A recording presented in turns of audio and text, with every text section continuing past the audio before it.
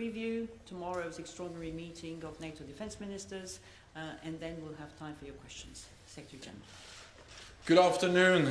NATO defense ministers will meet tomorrow at the defining moment for our security. President Putin's brutal invasion of Ukraine is causing death and destruction every day. It has shocked the world and shaken the international order. For months, we have exposed Russia's long list of lies. They claimed they did not plan to invade Ukraine, but they did. They claimed they were withdrawing their troops, but they sent in even more. They claim to be protecting civilians, but they are killing civilians. Now, they are making absurd claims about biological labs and chemical weapons in Ukraine. This is just another lie, and we are concerned that Moscow could stage a false flag operation, possibly including chemical weapons.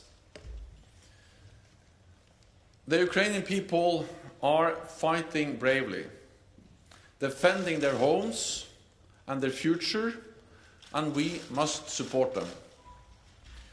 Tomorrow we will be joined by the Ukrainian Defense Minister Alexei Reznikov and our other partners Georgia, Finland, Sweden and the European Union. The whole world has condemned this senseless war. NATO allies, the European Union and other countries have introduced unprecedented sanctions on Russia. For many years, NATO allies have trained tens of thousands of Ukrainian troops. Many of them are now fighting on the front lines. Allies have also provided significant quantities of critical equipment, including anti-tank and air defense weapons, drones, ammunition and fuel. This training and equipment is helping Ukraine to defend itself. Ukraine has a fundamental right to self-defense enshrined in the UN Charter, and NATO allies and partners will continue to help Ukraine uphold that right by providing military equipment and financial and humanitarian assistance. NATO's core task is to protect and defend all allies. We have responded to this crisis quickly, activating our defense plans, raising our readiness, and deploying the NATO response force for the first time for collective defense. There are now hundreds of thousands of forces on heightened alert across the alliance. 100,000 US troops in Europe, and around 40,000 troops under direct NATO command, mostly in the eastern part of the alliance. Backed by major air and naval power, as well as air defenses. The US is currently deploying Patriot batteries to Poland, and Germany and the Netherlands are also deploying Patriots to Slovakia. All of this sends an unmistakable message. An attack on one ally will be met with a decisive response from the whole alliance. Russia's invasion of Ukraine and its military integration in Belarus creates a new security reality on the European continent. So we need to reset NATO's military posture for this new reality.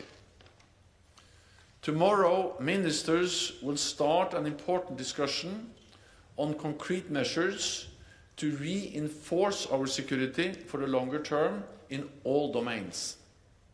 On land, this could include substantially more forces in the eastern part of the alliance at higher readiness and with more pre-positioned equipment. We will also consider major increases to our air and naval deployments, strengthening our integrated air and missile defense, reinforcing our cyber defenses, and holding more and larger exercises. I expect we will task NATO's military commanders to develop options for our Madrid summit in June. Major reinforcements of our defense will require major increases in investment.